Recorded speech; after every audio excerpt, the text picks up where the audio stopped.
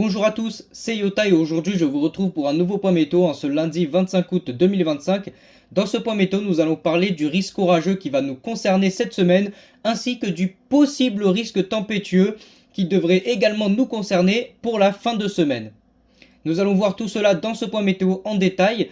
Actuellement, les centres d'action, on a donc l'anticyclone qui nous est actuellement positionné dessus. Donc actuellement, nous sommes dans une petite salve anticyclonique avec des températures assez chaudes qui nous proviennent tout droit du nord de l'Afrique.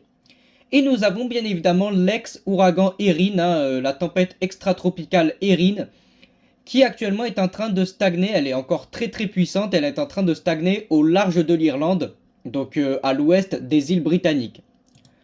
Sur l'animation satellite, on la retrouve juste ici, cette fameuse tempête extratropicale, donc c'est-à-dire le reste d'un ouragan. On la retrouve juste ici, on voit un très bel enroulement sur cette image satellite. Elle est vraiment très proche de l'Irlande. Elle n'est pas positionnée très loin. Et donc cette tempête extratropicale va petit à petit, donc elle va encore stagner quelques heures au large de l'Irlande. Elle va nous apporter donc un flux de sud-ouest, ça on va le voir juste après, qui va créer un conflit de masse d'air et nous apporter des orages sur notre pays. Et puis par la suite, elle pourrait progressivement s'approcher de plus en plus de notre pays et finir carrément par nous concerner et apporter un possible fort coup de vent. Donc on la retrouve justement sur cette carte des géopotentiels, cette fameuse tempête extratropicale Erin, l'ouragan Erin, donc on retrouve juste ici. Elle va de plus en plus s'élargir donc pour la journée du mardi 26 août.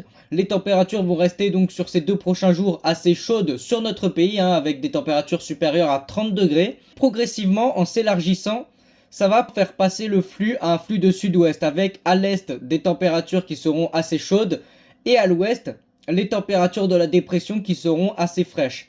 La France va se retrouver dans un premier temps entre ces deux masses d'air et ça va donc créer un conflit de masse d'air qui va mener à des dégradations orageuses, notamment une ce mercredi 27 août qui s'annonce assez costaud. Donc ce mercredi 27 août, comme vous le voyez, le flux va être orienté à un flux de secteur sud-ouest à nord-est. Ça va pas durer longtemps néanmoins, puisqu'après la dépression, donc les restes de cet ouragan Erin vont, comme je vous l'ai dit, s'approcher de plus en plus de notre pays. Le flux de sud-ouest va se décaler plutôt vers progressivement l'Europe de l'Est. Et nous, donc finalement en France, on va se retrouver avec une possibilité de fort coup de vent à tempête, puisque cette fameuse dépression Erin va donc finalement s'engouffrer sur notre pays et pourrait donc se rattacher à une branche de jet stream. Donc le jet stream, je le rappelle, c'est le courant qui propulse les dépressions vers l'Europe. Et comme vous le voyez, ce courant de jet, il pourrait être assez costaud pour cette fin de mois d'août. Et il sera d'ailleurs braqué pile poil sur notre pays. Donc comme vous le voyez, on a un jet stream à 270 km/h, localement 300 km/h, qui est braqué droit vers la France. Et donc ce jet stream pourrait avoir pour conséquence de faire renforcer cette fameuse, de faire renforcer les restes de cet ouragan Erin. Et donc cela pourrait engendrer un fort coup de vent et localement une tempête sur la moitié ouest de notre pays. En tout cas, c'est pour l'instant ce qui est entrevu pour la fin de cette semaine. Au niveau des températures, comme vous le savez, aujourd'hui elles sont assez chaudes, notamment sur la moitié ouest du pays, mais globalement sur l'ensemble du territoire français, les températures aujourd'hui sont assez chaudes, même si elles sont dans les normales de saison pour un mois d'août, avec donc jusqu'à 34 degrés dans le sud-ouest, jusqu'à 32-33 degrés sur le nord-ouest, et puis globalement en France, c'est des températures qui tournent entre 25 et 30 degrés pour cette fameuse journée du 25 août. Pour la journée de mardi, les températures resteront encore assez chaudes sur l'ensemble de notre pays, notamment cette fois-ci sur la moitié est, avec des températures encore une fois qui approcheront les 34 degrés. On aura des températures plutôt autour des 26 à 28 degrés sur la moitié ouest de notre pays. Et puis par la Bretagne, vous voyez qu'on a la fameuse dépression qui commence à s'engouffrer sur notre pays en apportant des températures beaucoup plus fraîches et le fameux conflit de masse d'air qui donc apportera une forte dégradation orageuse pour la journée de mercredi, qui là par contre, comme vous le voyez, sera beaucoup plus fraîche. On voit très bien le contraste de masse d'air sur cette image, avec donc d'un côté les masses d'air plus chaudes et au centre on a des masses d'air un petit peu plus fraîches. On risque donc d'avoir un front orageux assez intéressant donc sur cette journée du 27 août. Et les températures tourneront cette fois-ci plutôt autour des 18 à 24-26 degrés sur notre pays. Pour la journée de jeudi, eh bien là, vous voyez qu'on a une chute assez forte des températures. Cette fois-ci, les températures jeudi ne dépasseront pas les 24 degrés sur notre pays. Donc après avoir vu ce fameux conflit de masse d'air, il est temps maintenant de passer aux orages qui vont en résulter de ce fameux conflit de masse d'air. Et les orages s'annoncent justement assez costauds, même si pas non plus exceptionnels. On attend des orages forts, très localement violents, même si je pense que ça va surtout rester des orages forts. Donc c'est-à-dire des orages qui vont produire des petites chutes de grêle de 2-3 cm, des rafales de vent qui devraient pas dépasser non plus les 80 km/h. En tout cas, ça reste des orages quand même un minimum costaud. Et donc ces orages vont commencer donc mercredi matin, donc vraiment au petit matin, donc dans un axe sud-ouest à nord-est. Le nord-ouest du pays et le sud-est du pays ne devraient pas être concernés par ces orages. Ça va vraiment être un axe qui va partir de l'Aquitaine jusqu'au Grand Est en fait. Vous voyez, ça va faire une sorte de ligne un petit peu comme ça, qui va s'étendre de Bordeaux jusque globalement Belfort. Vous voyez globalement les régions du nord-est du pays. Donc c'est vraiment le sud-ouest et le nord-est du pays qui vont être concernés donc par ces orages que vous retrouvez juste ici, avec donc cette couleur violette qui signifie que ce sont des orages quand même assez puissants. Donc encore une fois, pour la journée de mercredi après-midi, on retrouve cet axe orageux qui globalement devrait nous concerner toute la journée. En fait, toute la journée de mercredi, il devrait y avoir des orages à répétition dans cet axe sud-ouest à nord-est. Ces orages seront donc, comme je vous l'ai dit, forts. Peut-être quelques orages dans le nord-ouest, mais ce seront des orages vraiment de masse d'air froid, donc des orages très faibles. La dégradation la plus intéressante va surtout concerner donc la moitié est du pays et le sud-ouest. Peut-être également les régions centres et peut-être un petit peu le sud-est, même si dans le sud-est ça restera des orages plus faibles, plus éparses.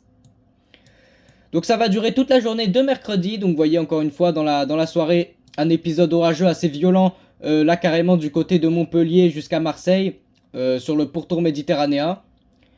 Et tout cela va prendre fin sur la journée de jeudi, où là cette fois-ci on n'aura plus que des orages de masse d'air froid, donc des orages assez faibles. Et sur la journée de vendredi, encore une fois, vous voyez encore une fois à répétition des orages assez faibles. Sur cette journée donc du jeudi, vous voyez qu'on a finalement une forte accumulation de la pluie. Donc jusqu'à 70 mm de pluie qui vont s'accumuler sur ces prochains jours. Vous voyez dans cet axe encore une fois sud-ouest à nord-est. Le nord-ouest du pays par contre, vous voyez, est complètement épargné. Donc notamment la région parisienne, complètement épargnée par toutes ces pluies et tous ces orages. Là sur cette carte, on voit très bien finalement la dégradation orageuse. Et donc voilà, c'est à peu près tout ce que je peux vous montrer avec cette carte de l'accumulation des précipitations.